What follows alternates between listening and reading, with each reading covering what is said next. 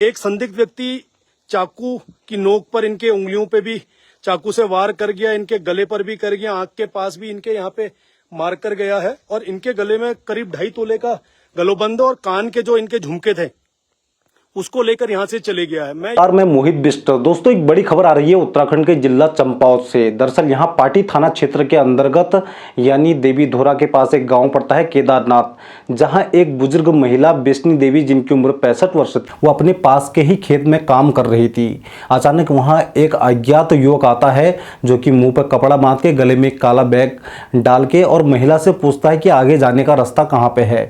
जब महिला जैसे ही रास्ते की ओर इशारा करती है उतने में वह युवक एक धारदार चाकू निकालता है और महिला का गलोबंद लूट लेता है। जब वो महिला अपने गलोबंद को बचाने की कोशिश करती हैं तो वो धारदार हथियार से वार करने की कोशिश करता है, जिसमें उनके कई जगहों पर चोट आ गई। जिसके बाद जैसे आसपास के लोगों को पता चला तो हड़कंप मच गया। महिला को देवी धोरा ले जाया गया, जहां उनका अस्पताल में प्राथमिक उपचार किया गया। जिसके बाद में सूचना पुलिस को दी गई तो पुलिस भी अब इस युवक को ढूंढने में तलाश जारी है। जिसके बाद में आसपास के लोगों में भी एक भय का माहौल है और इस अज्ञात युवक को ढूंढने में लोग भी मदद कर रहे हैं। तो कितनी बड़ी हैरानी की बात है, आज उत्तराखंड के पहाड़ी क्षेत्रों में न जाने कितने ऐसे लोग घूम रहे हैं जो बिना वेरिफिकेशन के घूम रहे हैं और आए दिन इस तरह की वारदातों को अंजाम भी दे रहे हैं। ना तो हमारे पुलिस प्रशासन को इस बात की चिंता है, न ही आम जनता को इस चीज की परवाह है। अगर कोई व्यक्ति जागरूक होने के बाद में इस तरह के सवाल किसी अनजान व्यक्ति से पूछता है कि आपने वेरिफिकेशन कराया नहीं कराया, तो सादिक हुसैन जैसे दरोगा उस युवक को पीट पीट के अधमरा कर देते हैं। जैसे कि आपने कुछ दिन पहले उखलकांडा ब्लॉक में एक युवक के साथ देखा होगा। वो युवक ने सिर्फ यही पूछा था उस फेरी वाले से कि आपने वेरिफिकेशन कराया कि नहीं कराया, जिसके बाद में उसका अंजाम क्या हुआ आप सभी लोगों ने देखा।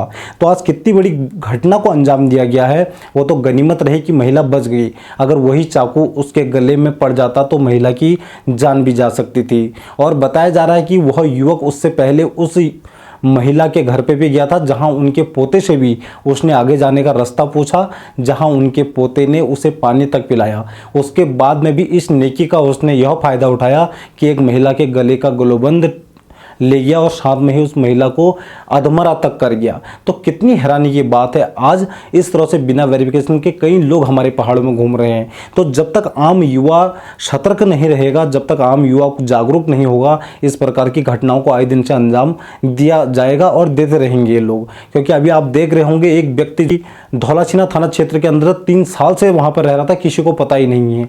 तो इतने भोले भाले भी मत बनिए कि कोई आपका इतना बड़ा फायदा उठा के ले जाए कि आपको पता तक नहीं चले। एक बहुत बड़ी साजिश रची रही है उत्तराखंड के खिलाफ में, क्योंकि अभी वर्तमान में हर जगह इतनी आबादी क्षेत्र बढ़ते जा रहा है। तो अब इसके बाद में सीधे लोगों का टारगेट है उत्तराखंड के पहाड़ी क्षेत्रों में, जहां ये अपनी पहचान छुपाने के बाद में इस तरह से आ रहे हैं। ना तो इनके पास कोई वेरिफिकेशन है, ना ही कोई सत्यापन है। उसके बाद में यह घुसते हैं, अपना ठिकाना ढूंढते हैं और आम लोगों को चकमा देके उनके बीच में शराफत का जीवन गुजारते हैं और समय आने पर एक बहुत बड़ा धोखा दे जाएंगे जिसको आपको पता भी नहीं चलेगा। तो अभी से सतर्क रहने की जरूरत है, सावधान रहने की जरूरत है और इस तरह की घटना आगे ना हो, इस पर पुलिस प्रशासन को भी अवश्य रूप से ध्यान देना होगा। वरना न जाने कितने बड़े बड़े ऐसे घटनाओं को और भी आगे अंजाम दिया जा सकता है। तो वीडियो अपने तमाम मित्रों तक अवश्य शेयर भी कीजिएगा, क्योंकि हम आपके सामने वही जानकारी लेके आते हैं जो सत्य हो। लेकिन आज हमारे उत्तराखंड के युवा पीढ़ी लोग घर घर की कहानी वाले ब्लॉगों को देखना ज़्यादा पसंद करते हैं। तो हमारा एक सवाल इन लोगों से भी है जो घर घर के ब्लॉगों को पसंद करते हैं, क्या इनमें कुछ उत्तराखंड की ऐसी चीज़ें आपके सामने रखी जाती हैं जो आपके लिए ज़रूरी हो? शायद नहीं, क्योंकि आज उत्तराखंड की जानकारियों को, उत्तराखंड की चीज़ों को रखने वाले बहुत कम लोग हैं और उन्हें सपोर्ट नहीं मिलता है। लेकिन वहीं अपने पर्सनल हंसी खुशी वाले ब्लॉग या फिर अपने घर गाय भैंस बकरी इत्यादि चीज़ों को दिखाने वाले ब्लॉगों को काफ़ी ज़्यादा रिस्पॉन्स मिलता है। लेकिन वहीं वास्तविक मुद्दों को उठाने वाले व्यक्तियों को सपोर्ट नहीं मिल रहा है, जिस कारण में उत्तराखंड में अपराधों को आए दिन से अंजाम दिया जा रहा है। तो यह भी आपका कहीं ना कहीं कर्तव्य बनता है कि ऐसे लोगों को जरूर सपोर्ट समर्थन कीजिए जो उत्तराखंड के मूल रूप से उत्तराखंड की बात करते हैं, उत्तराखंड की जन जागरूकता वाली बात करते हों और उत्तराखंड के उज्जवल भविष्य की बात करते हों। तो वीडियो अपने तमाम मित्रों अवश्य शेयर कीजिएगा। अगर आपने हमारे चैनल को अभी तक सब्सक्राइब नहीं किया तो यूट्यूब चैनल पर लव माई यूके और फेसबुक पर बेतालघाट नैनीताल यानी न्यूज नेटवर्क मोहित बिष्ट को जरूर फॉलो कीजिए। धन्यवाद। ऐसे में लगे रहते हैं। मैं पुलिस प्रशासन से भी निवेदन करूंगा कि वो इस पे जिस तरह से आपने पेट्रोलिंग की है, आप सभी जगह, मुझे पता भी है, जैसे मेरी बात हुई उसमें ये समझ आया कि आप लोगों ने सभी चौकियों को अलर्ट कर दिया है।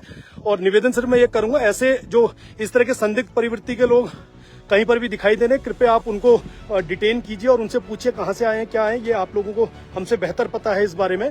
लेकिन जो अपने लोग हैं जो इस वीडियो को देख रहे हैं, मैं उन सबसे सिर्फ इतना निवेदन करूंगा कि आप लोग अलर्ट हो जाइए, सचेत हो जाइए।